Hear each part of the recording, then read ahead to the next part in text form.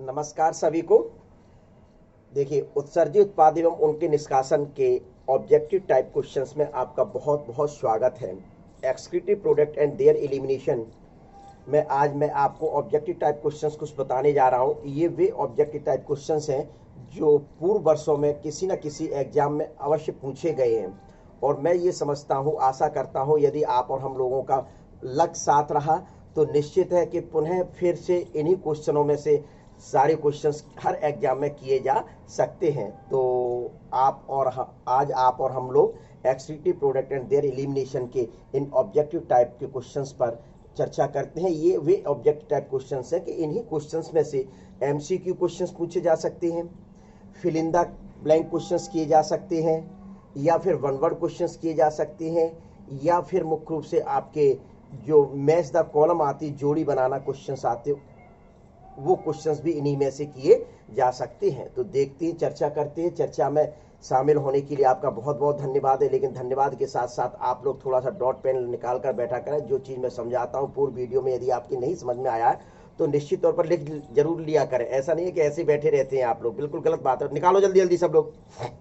देखिए, तो aquatic snack are generally, भाई प्रोडक्ट के बेस पर मुख्य रूप से इनको कई भागों में बांटा गया है। देखिए, अमोनोटेलिज्म, जो अमोनिया बनाकर बाहर निकालते हैं, इस प्रक्रिया को अमोनोटेलिज्म, और जंतु को अमोनोटेलिक कहते हैं। जो यूरिया को उत्सर्जी पदार्थ के रूप में बाहर निकालते हैं उनको यूरियोटेलिज्म प्रोसेस को, और जंतुओं को यूरियोटेलिक कहा जाता है। और जो यूरिक एसिड निकालते हैं, जो यूरिक एसिड को बाहर निकालते हैं, तो उस प्रोसेस को मुख्य रूप से यूरिकोटेलिज्म कहा जाता है, तथा जंतुओं को, एनिमल्स को यूरिकोटेलिक कहा जाता है। तो ये तीन प्रोसेस होती है। तो जो एक्वेटिक स्नैक है और डेजर्ट स्नैक दो प्रकार के होते हैं। तो एक्वेटिक क्वेश्चंस पूछा गया एक्वेटिक स्नैक्स का, तो एक्वेटिक स्नैक इन तीनों में से कौन सा होता है? तो विशेष ध्यान रख लें बच्चों, एक्वेटिक स्नैक कौन सा होता है। देखिए, अमोनिया सबसे अधिक विषैली होती है, तो यह बॉडी में अधिक लंबे समय तक स्टोर नहीं की जा सकती है, अतः इसको बॉडी से पास आउट करना तुरंत जल्दी आवश्यक होता है, अर्थात इसमें पानी की बहुत अधिक आवश्यकता होती है। ये बात आप ध्यान में रखना। तो ये जो है एक्वेटिक एनिमल्स में प्रोसेस पाई जाती है अमोनोटेलिन। यूरिया अमोनिया से कम विषैला होता है, लेकिन विषैला होता है। इसको थोड़े बहुत समय तक आप शरीर में स्टोर कर सकते हैं, देन उसके पश्चात आपको बॉडी से निकालना है। तो पानी की आवश्यकता इसमें भी पड़ती है, लेकिन उस प्रोसेस अमोनोटेलिन की अपेक्षा इसमें कम पड़ती है। और यूरिक एसिड ये बहुत कम विषैला, या कहा जाए कि विषैला है ही नहीं, इसको आप रोक सकते हैं। इस वजह से इसको पानी की आवश्यकता बाहर नहीं होती। तो यह मुख्य रूप से आपने देखा होगा, ये जो पक्षी होते हैं, पक्षी मुख्य रूप से जो करते, तो कभी पक्षी यूरिन नहीं, पानी के रूप में नहीं निकालते, ये इनका जो अर्ध ठोस मटेरियल होता है उस रूप में व्हाइट और ब्लैक कलर के रूप में निकालते हैं। तो क्वेश्चंस वही है कि aquatic snack are generally ureotelism. कौन सा बताओगे? यूरियोटेलिज्म। लगा दीजिए, लिख दीजिए, यूरियोटेलिज्म। ठीक है। अब यहां यदि एक्वेटिक की जगह में आपके क्या कर देता, डेजर्ट कर देता, तो थोड़ा सा ये जवाब चेंज हो जाता है कि रेप्टाइल्स जो एनिमल्स होते हैं वह यूरिकोटेलिज्म कहलाते हैं। वह क्या कहलाते हैं? यूरिकोटेलिज्म कहलाते हैं। तो इस वजह से वहां, यहाँ यूरियो लिखा है तो वहां यूरिकोटेलिज्म हो जाता, डेजर्ट लिखते, ये विषय ध्यान रखना। फिर है यूरियोटेलिज्म इज फाउंड इन, अरे वाह, ये फिर से आ गया, यूरियोटेलिज्म फाउंड इन, मतलब यूरियोटेलिज्म किस में पाया जाता है? मोस्टली मैमल्स में पाया जाता है। यूरियोटेलिज्म किस में पाया जाता है? मोस्टली मैमल्स में पाया जाता है। यानी यूरिया मैमल्स उत्सर्जी पदार्थ के रूप में बाहर निकालते हैं, यूरिया मैमल्स उत्सर्जी पदार्थ के रूप में बाहर निकालते हैं। इस वजह से मुख्य रूप से क्या लिख दिया? Ureotelism is found in mammals. तो यहां लिख दीजिए,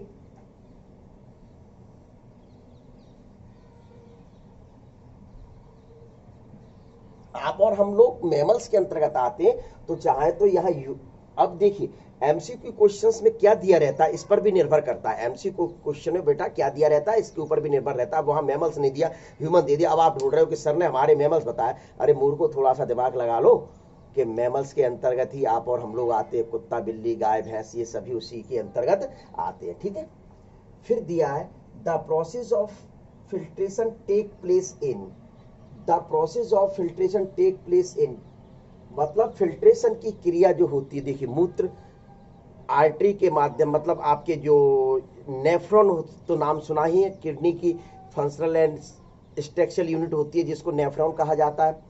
तो नेफ्रॉन में दो पार्ट मैंने आपको बताए थे, एक रीनल कैप्सूल बताया था, एक रीनल ट्यूब्यूल बताया था। ये जो कप लाइक स्ट्रक्चर होती है, चित्र देखिए, देखते चलिए आप लोग या फिर आप वीडियोस को देखिए, तो कप लाइक स्ट्रक्चर होती है जिसको रीनल कैप्सूल कहा जाता है। मेल्पिगियन कैप्सूल नाम दिया था, यदि आपको बोमेंस कैप्सूल नाम दिया था, ये सारे जो भी आपको समझ में आ जाए। उसमें एक गुच्छा होता, बंचेस ऑफ ब्लड कैपिलरीज, जिसको ग्लोमेरुलस कहा था, जिसको ग्लोमेरुलस कहा था। अब ये जो ग्लोमेरुलस जो स्ट्रक्चर होती है उससे ब्लड में फिल्ट्रेशन प्रोसेस होती है, ब्लड का फिल्ट्रेशन प्रोसेस होती है। फिर सेकंड नंबर था यूरिया फॉर्मेशन की में यूरिन फॉर्मेशन की प्रोसेस में। फर्स्ट था अल्ट्रा फिल्ट्रेशन, सेकंड था सिलेक्टिव रीऑब्जर्वेशन, थर्ड था सीक्रेशन। तो ये जो अल्ट्रा फिल्ट्रेशन प्रोसेस है, अल्ट्रा फिल्ट्रेशन प्रोसेस कहाँ से होती है, तो ये आपको क्या बताना है, सीधे सीधे किस जगह होती है, रीनल कैप्सूल में। कहाँ होती है, रीनल कैप्सूल में, मेल्पिगियन कैप्सूल में, बोमेंस कैप्सूल्स में। ये कहीं भी कुछ भी लिख सकते हो, ये आपके एमसीक्यूज के ऊपर डिपेंड है। कैप्सूल जहां लगा हो वहां लिख देना कप लाइक स्ट्रक्चर, ये ध्यान रखना। तो लिख दीजिए,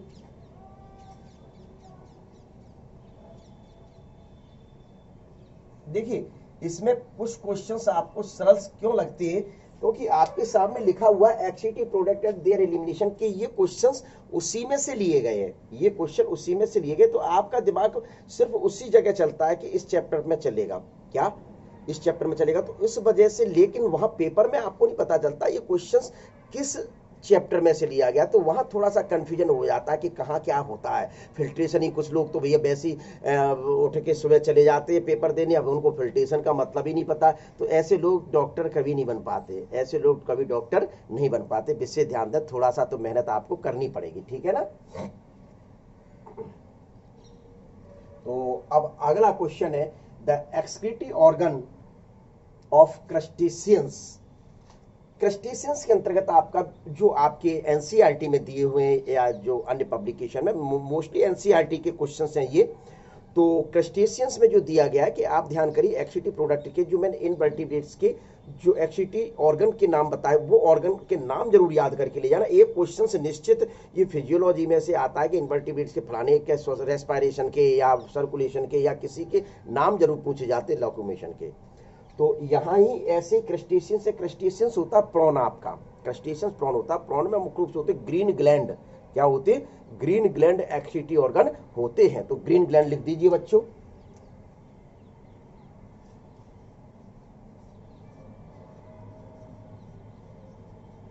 ठीक है, फिर है वैसोप्रेसिन इज एसोसिएटेड विद, वाह क्या भाई, क्या क्वेश्चन है कि वैसोप्रेसिन किससे एसोसिएट रहता है। देखिए आपके जो यूरिन की मात्रा को बढ़ाना या घटाना, इसको एंटी डायूरेटिक हार्मोन भी कहा जाता है, एंटी डायूरेटिक हार्मोन भी कहा जाता है। यदि इसकी कमी हो जाए तो मुख्य रूप से आपका जो है पानी की मात्रा कम एब्जॉर्ब होती, ज़्यादा बाहर निकलती है, तो डायूरेसिस प्रोसेस होती है, तो वही एंटी डायूरेटिक कहलाती है। तो ये जो क्रिया है, यह क्रिया मुख्य रूप से यूरिन कंसंट्रेशन में उपयोग, ये जो हार्मोन है ये यूरिन कंसंट्रेशन के लिए एसोसिएटेड है, यूरिन कंसंट्रेशन के लिए। तो लिख दीजिए यूरिन कंसंट्रेशन, यहां लिख दीजिए।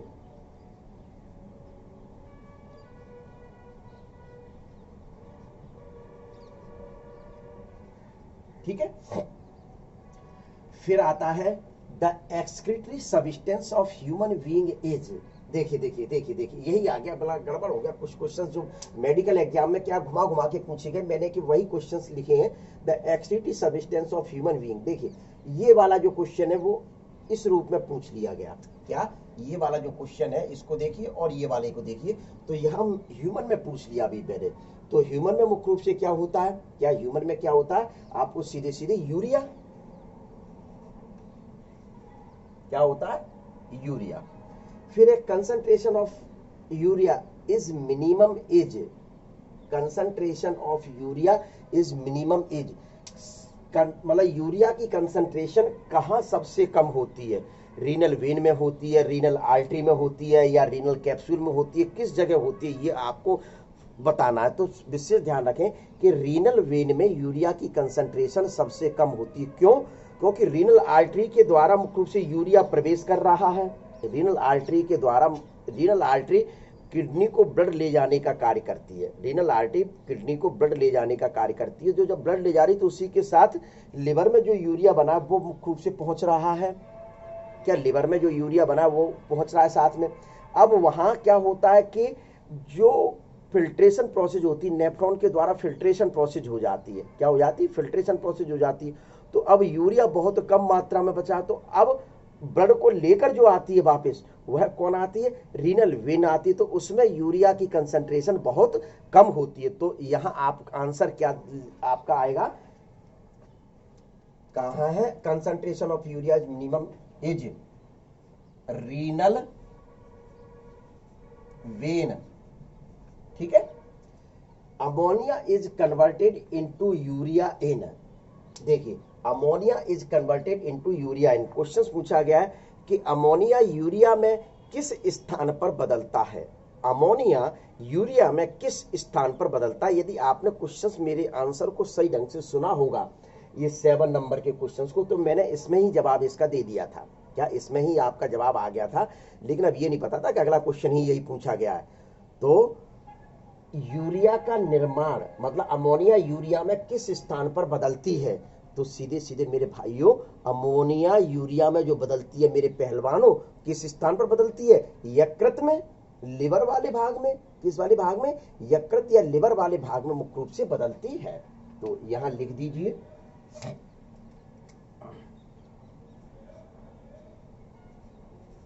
ये लीजिए, लिवर लिख दिया गया। The function of green gland is, the function of green gland is excretion it is found in. देखिए, function of green gland is, अब इस क्वेश्चन को कहां चला गया? ये देखिए, फोर्थ वाले क्वेश्चंस को एक बार ऐसे भी आया, फोर्थ वाला क्वेश्चंस ऐसे भी आया है कि ये फोर्थ को मिलाइए, ये आप किससे मिलाएंगे? ये यूरिया जो दिया है ये सेकंड से मिलाएंगे। इससे ध्यान दें, क्वेश्चंस को 9 वाला फोर्थ से मिला लीजिए। The excretory organ of crustaceans, the function of green gland is excretion it is found in. देखिए, क्वेश्चंस को कैसे भी घुमा दिया जा सकता है। जब क्रस्टेशियंस में ग्रीन ग्लैंड है तो यहां तो ये हो गया, आपका आंसर ही हो गया। The function of green gland is, तो फंक्शन क्या है? एक्सक्रीशन का है। जवाब पहले ही से दे दिया, एक्सक्रीशन ग्रीन ग्लैंड फंक्शन का कार्य करती है। लेकिन ये पाई किस में जाती है? ये पाई किस में जाती है? तो पाई किन में जाती है? आपके सीधे सीधे क्रस्टेशियंस एनिमल, या आपका एग्जाम्पल उसमें दिया हो प्रॉन, तो प्रॉन आंसर लगाना है। तो कर दीजिए, दोनों ही कर दीजिए। क्या? क्रस्टेशियंस, जो आपके आंसर मिल जाए उसके ऊपर डिपेंड करता है, पहली बात तो ये ध्यान रखना। तो इस वजह से मैं यहां दोनों ही आंसर लिख रहा हूं। फिर excess urine formation and its removal is called. Excess urine formation मतलब अतिरिक्त यूरिन का फॉर्मेशन जो होता है, अतिरिक्त यूरिन का जो फॉर्मेशन होता है उसको क्या कहा जाता है? उसके रिमूवल जो किया जाता है उसको क्या कहा जाता है? तो सीधे सीधे मुख्य रूप से क्या होता है? डाईयूरेसिस, एंटी डाईयूरेटिक। वेसोप्रेसिन को इसी वजह से नाम दिया गया है, वेसोप्रेसिन को इसी वजह से नाम दिया गया कि अत्यधिक मात्रा में यूरिन का बनना एवं उसका रिमूव करना, मूत्र का बनना। यूरिन मतलब मूत्र, यूरिया की नहीं कहना, नहीं ये आप गलत कह जाओ। यूरिन, यूरिया यकृत में बन रहा है, यूरिन किडनी में बन रहा है। तो अत्यधिक मात्रा में मूत्र या यूरिन का बनना और उसका निष्कासन मुख्य रूप से क्या कहलाता है? डाईयूरेसिस कहलाता है। क्या कहलाता है बच्चों? डाईयूरेसिस। तो लिख दीजिए यहां जवाब,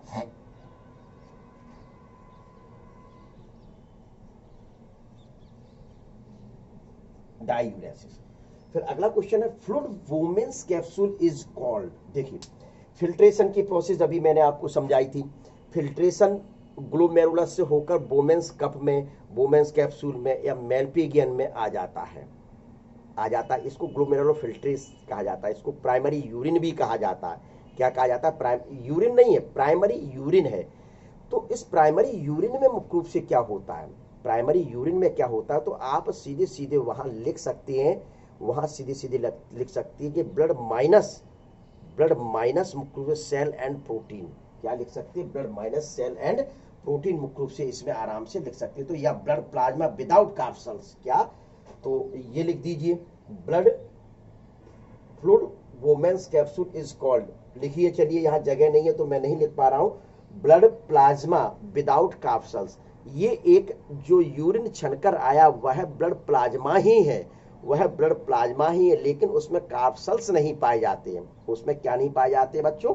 कैप्सूल्स नहीं आते हैं। या फिर इसको ऐसे भी कह सकती हैं, blood minus cell and protein, blood minus cell and protein, blood में से सेल्स और प्रोटीन को माइनस कर दो तो जो पदार्थ है वह प्राइमरी यूरिन या ग्लोमेरुलर फिल्ट्रेशन कहलाता है, या वुमेन्स फ्लूइड कहलाता है, या क्या कहलाता है? वुमेन्स फ्लूइड के नाम से जाना जाता है। तो बच्चों दोनों में से कोई सा भी आंसर लिख लीजिए। लिखिए आंसर इसका, कौन से नंबर का? 11 नंबर का आंसर लिखिए, blood plasma without capsules. Blood plasma without capsules मतलब ऐसा पदार्थ या ब्लड जिसमें से प्रोटीन को और कैप्सूल्स को हटा दिया जाए तो उसी को मुख्य रूप से प्राइमरी यूरिन या फ्लूइड, वोमेन्स फ्लूइड के नाम से जाना जाता है। तो लिख लिया होगा, मैं समझता हूं आंसर। फिर आता है the structural and functional unit of kidney is. देखिए अभी इसको मैं बता चुका था, तो बच्चे इसको तो भक्के करके आ जाएंगे। नेफ्रॉन, विशेष ध्यान रखना, ये क्वेश्चन जब पेपर में मिलता है तो बच्चे कुछ इसको न्यूरॉन से तुलना कराते, मतलब ये नहीं बच्चों को आता है, लेकिन कभी कभार ओवर कॉन्फिडेंस में कंफ्यूजन आ जाता है, तो न्यूरॉन पहले मिल जाता है तो बच्चा ये सोचता है अरे न्यूरॉन। तो ये वैसे मेडिकल वाले बच्चे ये गलती नहीं करते, ये रनिंग जो क्लास जो पढ़ते हैं बच्चे वो गलती कर जाते हैं, लेकिन मेडिकल वाले बच्चे इस प्रकार की गलती नहीं करते हैं। Nephron, graveyard of RBC is called, what is this? ये क्वेश्चंस मैंने कैसे लिख दिया भाई? ये तो ब्लड से रिलेटेड क्वेश्चंस था, ये आपके सर्कुलेशन से रिलेटेड क्वेश्चंस था, यहाँ कैसे आ गया? इसको हटा देते, चलिए मिटा देते हैं। अरे चलो बना रहने दो बच्चे, बना रहने दो भाई, अब लिख गया तो लिख गया। Graveyard of RBC is called मतलब कब्रिस्तान। आरबीसी का कब्रिस्तान किसको कहा जाता है? आरबीसी का कब्रिस्तान भैया, आरबीसी जहां नष्ट दफनाई जाती हो, अपने को दफनाया जाता है, अपने को दफनाया जाता है उस स्थान को क्या कहते हैं? कब्रिस्तान कहते हैं, ग्रेवयार्ड कहा जाता है। तो आरबीसी को कहाँ दफनाया जाता है? बता कहाँ नष्ट किया जाता है? स्प्लीन में। कहाँ किया जाता है? देखिए ब्लड बैंक को भी मैंने बताया था, बॉडी का ब्लड बैंक भी स्प्लीन होता है, लेकिन वहीं दफनाया जाता है, तो लिख दीजिए स्प्लीन। चलिए आ गया तो क्या हो गया क्वेश्चन। फिर है haemodialysis is helpful for which deceased patient. देखिए कितना अच्छा क्वेश्चन किया गया है कि हीमोडायलिसिस की प्रक्रिया कौन से रोग के मरीज के लिए अपनाई जाती है? हीमोडायलिसिस की प्रक्रिया कौन से रोग के मरीज के लिए अपनाई जाती है? अब मुझे बुखार आ गया, मेरे पेट में दर्द हो रहा है, क्या हीमोडायलिसिस की प्रक्रिया अपना देंगे? मेरे सर में दर्द हो रहा है, नहीं भैया चलो हीमोडायलिसिस की प्रक्रिया, डॉक्टर ने पकड़ा और हीमोडायलिसिस की प्रक्रिया को अपना दिया। भैया ऐसा कौन सा रोग है जिसमें इस हीमोडायलिसिस की प्रक्रिया को अपनाया जाएगा? सेलोफेन की ट्यूब ले लीजिए, उसमें बनाकर मुख्य रूप से किया यूरेमिया डिसीज के लिए। किस डिसीज के लिए? यूरेमिया रोग के लिए मुख्य रूप से इस प्रक्रिया को अपनाया जाता है। यूरेमिया का मतलब होता है कि जब ब्लड में किडनी कार्य करना बंद कर दे तो ब्लड में यूरिया की मात्रा अधिक बढ़ जाए, यूरिन की मात्रा नहीं कह रहा हूं, विशेष ध्यान रखना, यूरिया की मात्रा अधिक बढ़ जाए तो उस रोग को यूरेमिया कहा जाता है। अब यूरिया की मात्रा अधिक बढ़ गई है तो शरीर में मुख्य रूप से प्रॉब्लम होने लगी, तो उस दौरान डॉक्टर मुख्य रूप से जो प्रक्रिया को अपनाता है, डॉक्टर जिस प्रक्रिया को अपनाता है उस प्रक्रिया को क्या कहते हैं? हीमोडायलिसिस कहा जाता है। क्या कहा जाता है बच्चों? तो हीमोडायलिसिस किसके लिए अपनाई जाती है? यूरेमिया। चलिए ये यूरेमिया लिख दिया, ठीक है। अब नेक्स्ट क्वेश्चन है 50 नंबर का, in the kidney of mammals Henle loop lies at the, मतलब कि स्तनधारियों में हेनले लूप कहां पाया जाता है? किडनी की एक एलएस देखी होगी आपने, किडनी की एलएस देखी होगी, किडनी की एलएस में आपको दो भाग बताए गए होंगे। बाहरी भाग आपका क्या होता है, सीधे सीधे कॉर्टेक्स, और बीच वाला जो भाग होता है उसको मेडुला कहा जाता है, और मेडुला वाले भाग में पेल्विस स्थित होता है। तो अब स्वाभाविक है कि क्वेश्चन ये किया गया है कि हेनले लूप, किडनी का जो हेनले लूप होता है, यानी कि नेफ्रॉन का जो हेनले लूप होता है, वो हेनले लूप किस भाग में पाया जाता है किडनी में। तो आप ध्यान करें, आपको सीधे सीधे मेडुला वाला भाग पढ़ाया गया है। आपको कौन सा भाग पढ़ाया गया है, मेडुला वाला भाग पढ़ाया गया। तो लिख दीजिए आंसर, मेडुला इसका आंसर होगा। वैसे बच्चे अब सारी चीजें मुख्य रूप से समझ चुके हैं, मेडुला वाला भाग, ठीक है। तो ये मेडुला वाला भाग हो गया। अब देखते हैं 60 नंबर का क्वेश्चन। आपको देखिए इस क्वेश्चन से रिलेटेड मैं चारों तरफ की रिंग बना देता हूं, कि मतलब चारों तरफ से कोई क्वेश्चन आ जाए तो आप यूं जकड़ लो, आपसे निकल ही ना पाए ऐसे, इस वजह से मैं इनको समझाता हूं, नहीं तो सीधे सीधे इसका आंसर भी देके निकल जाए। वीडियो जो 40 मिनट की बनती है, 30 मिनट की बनती है, वो मुख्य रूप से कितने मिनट की हो जाएगी, 15 मिनट की हो जाएगी। लेकिन क्वेश्चंस कैसे किए जा सकते हैं और उनके क्या आंसर हो सकते हैं, वह मैं आपको बताता हूं। समझ में आया? तो अब है contractile vacuole is responsible for, देखिए कॉन्ट्रैक्टाइल वैक्यूल संकुचन धानी किसके लिए जवाबदार होती है, तो संकुचन धानी ऑस्मो रेगुलेशन एंड एक्सक्रीशन के लिए। तो लिख दीजिए संकुचन धानी जो रूप से जवाबदेही होती है वो किसके लिए होती है, ऑस्मो रेगुलेशन, आपको मिल जाएगा वहां लिखा हुआ।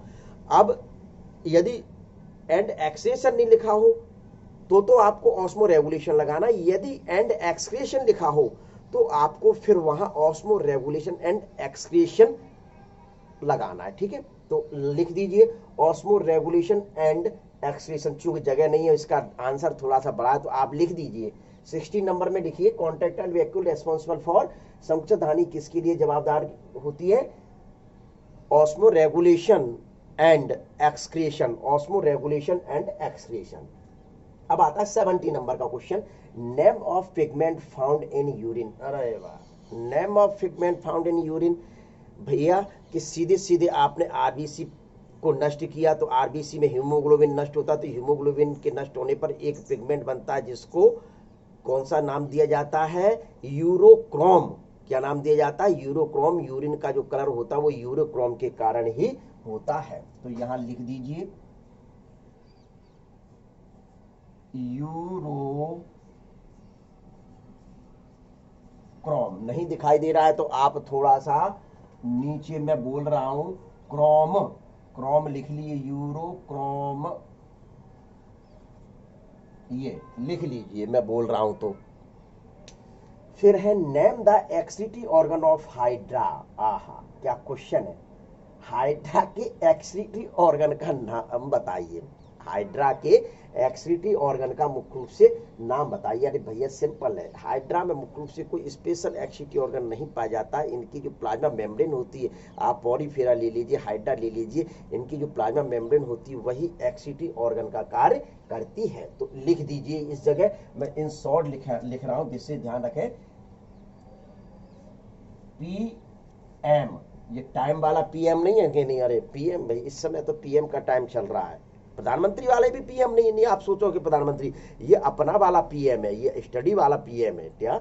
तो प्लाज्मा मेम्ब्रेन, सेल के चारों जो कवरिंग लेयर पाई जाती है उसको प्लाज्मा मेम्ब्रेन कहा जाता है। तो plasma membrane, where is urea form. अरे बल ये ऐसी गुस्सा आती है मेडिकल जो पेपर जो सेट करते हैं कभी कभार, कि ऐसे ऐसे क्वेश्चंस पूछ लिए जाते हैं कि बच्चे हमारे ये कहते हैं कि सर इन क्वेश्चन से तो हमारा रिजल्ट परसेंटेज, क्योंकि ये तो गधे भी करा के आ जाते हैं, और मेडिकल तो डॉक्टर तो इंटेलिजेंट बनते हैं, वहां 1 लाख बैठे, 1 लाख में सबसे जो गधा होगा वो भी करके आ जाएगा। ऐसे क्वेश्चन पुटअप नहीं करने चाहिए।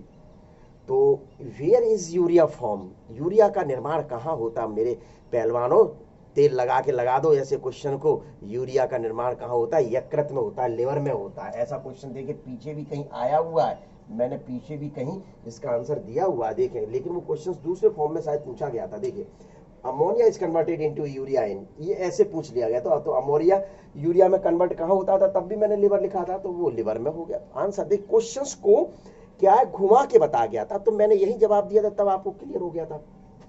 Name the hormone which regulates the secretion of urine in nephron, ऐसे हार्मोन का नाम बताइए जो नेफ्रॉन में यूरिन के स्राव को नियंत्रण करता है, यूरिन के स्राव को नियंत्रण करता है। तो लिख दीजिए यहाँ वेसोप्रेसिन, नहीं नहीं नहीं सॉरी, हाँ वेसोप्रेसिन हार्मोन लिख दीजिए। Name the hormone which regulate the secretion of urine in nephron. Vasopressin.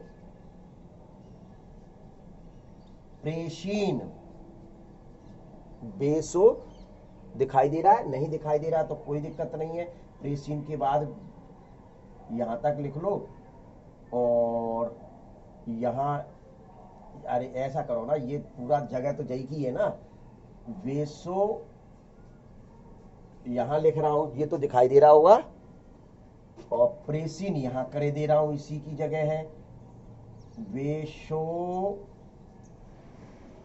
प्रेसिन, ये लो दिख गया। फिर है name the artery which carries blood toward the kidney. अरे भैया अभी मैंने बता के आया हूं, किडनी को ब्लड ले जाने वाली आर्टरी को क्या कहते हैं? Renal artery.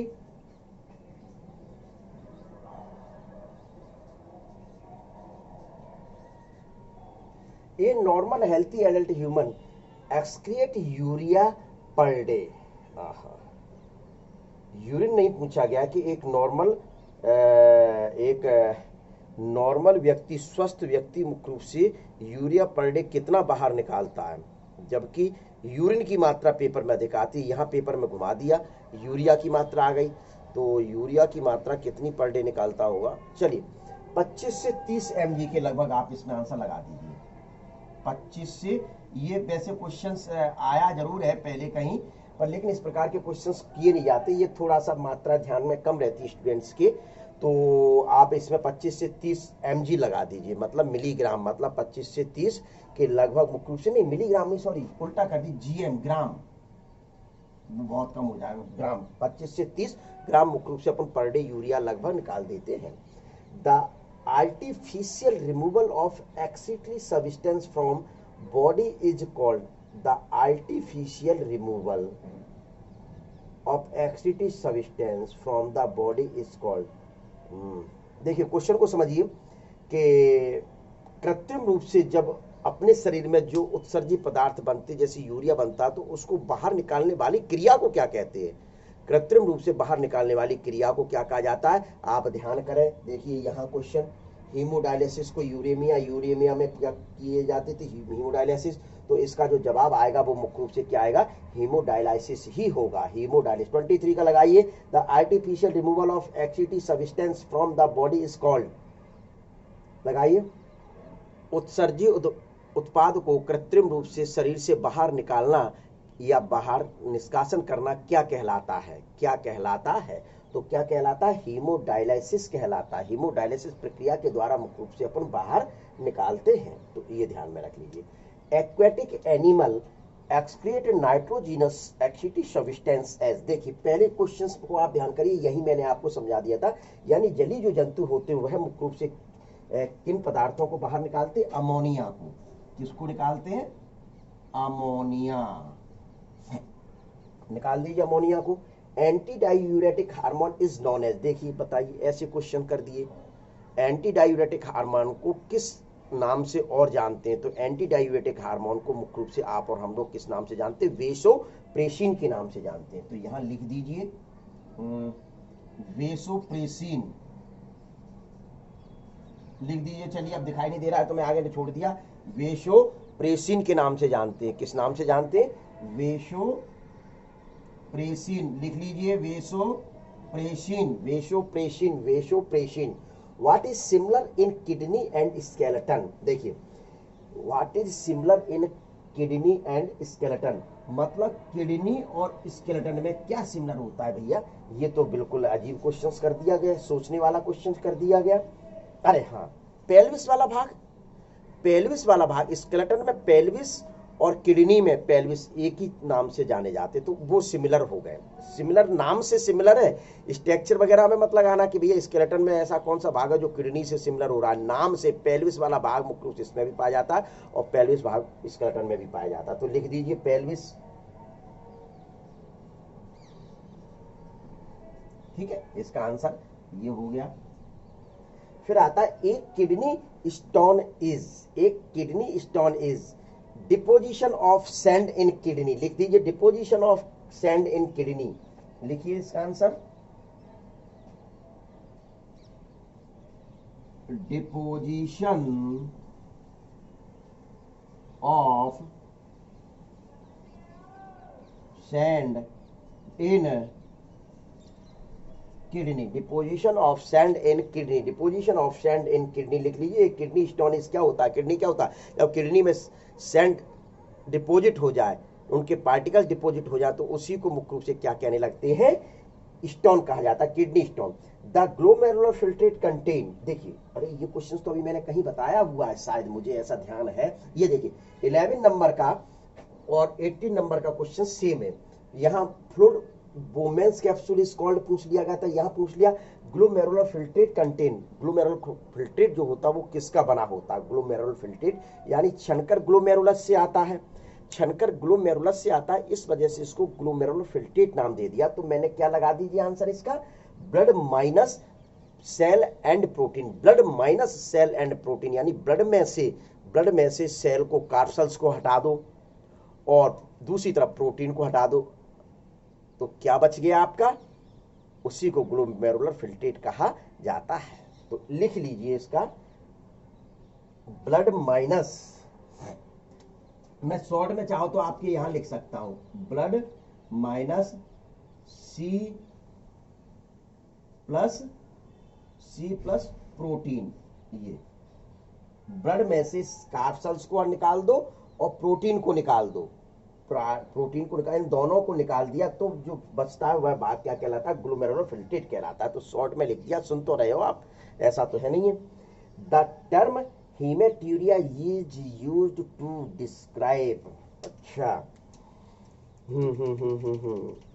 हीमेट्यूरिया शब्द जो है वह किस लिए उपयोग किया जाता है, हीमेट्यूरिया नाम से स्पष्ट हो रहा, हीम यानी कि यूरिया, और इधर यूरिया लिखा हुआ, यदि हीम में यूरिया को मिला दिया, यूरिया में हीम को मिला दिया जाए, यानी कि ब्लड लाल निकलेगा, ब्लड कैसा निकलेगा, लाल निकलेगा, तो उसको मुख्य रूप से क्या कह दिया जाता है, उस डिसीज को हीमेट्यूरिया कहते हैं। यानी ब्लड इन यूरिन, यूरिन के साथ जब ब्लड निकले, यूरिन के साथ जब ब्लड निकले तो उसी कंडीशन को क्या कह देते हैं, हीमेट्यूरिया कहा जाता। नाम से स्पष्ट है, आपके दिमाग में डिसीज नहीं पड़ी तो कोई समझ में नहीं है, आप हीम को ब्लड मान के चलिए और यूरिया तो लिखिए, यदि कि यूरिया में ब्लड बाहर निकले तो उसी को क्या कह देते, हीमेट्यूरिया कहा जाता है। तो लिख दीजिए यहां आंसर दिखाई देगा, बिल्कुल दिखाई देगा, blood in urea, blood in urea, ठीक है। तो ये मुख्य रूप से आपके ये लिख दिया गया। अब ये देखिए, तो इन क्वेश्चंस को आप तैयार कर लीजिए बहुत अच्छे ढंग से। मैं ये करता हूं कि आपके और मेरे भाग्य बहुत अच्छे हैं और सब निश्चित है कि भाग्य अच्छे हैं, तो इन क्वेश्चंस में से ही आपके बोर्ड एग्जाम में किसी भी स्टेट के या फिर किसी प्रकार की कोई परीक्षा होती है उनमें भी, और मेडिकल एग्जाम में भी लगभग इन्हीं में से क्वेश्चंस पुटअप कर लिए जाते हैं। तो ले लीजिए स्क्रीनशॉट इसका।